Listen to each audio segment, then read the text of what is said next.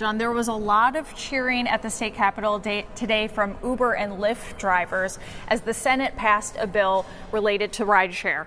Now, this was passed 35 to 32 and will now be headed to the governor's desk. But I also spoke to Uber and Lyft, and they say they plan on still trying to stop it. What we need now! What we need!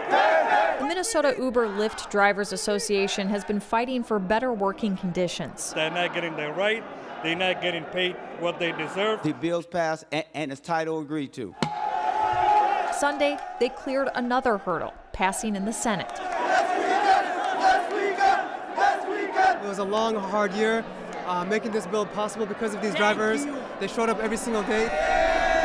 Good job. It means a lot to me. History will definitely remember you for this one. The bill includes minimum pay rates and protections against being fired. Republicans raised concerns about the bill. The bill will have the most expensive rates here in Minnesota in the country.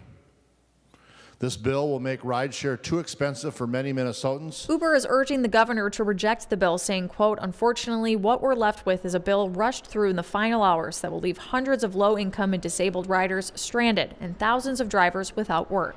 Lyft also responded, saying, quote, "This bill would destroy rideshare for the majority of Minnesotans," end quote, and claimed that ride fares would more than double. Lyft is also asking for the governor to veto the bill. Take this fight to the governor and make sure he signs the bill.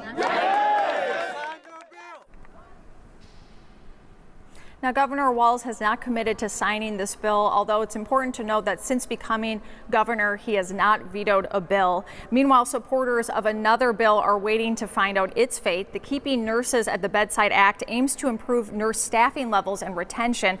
Mayo is now exempt from the bill after threatening to pull billions of investments out of Minnesota if included. The Minnesota Hospital Association says, quote, "We remain extremely concerned that if this bill becomes law as written, it will jeopardize patient care and force hospitals and health systems to shutter units and reduce services." Meanwhile, the Minnesota Nurses Association says passing the bill will bring more nurses back to the profession. It's been a little bit of a rocky road since finding out about the Mayo. I'll be, honest, that took me by surprise. We've never gotten this far before. But we're not backing down because we're doing it for our patients. This is now a standalone bill. It still needs to be voted on in the House and Senate. And again, tomorrow is the last day that could happen this session. Back to you, Morgan.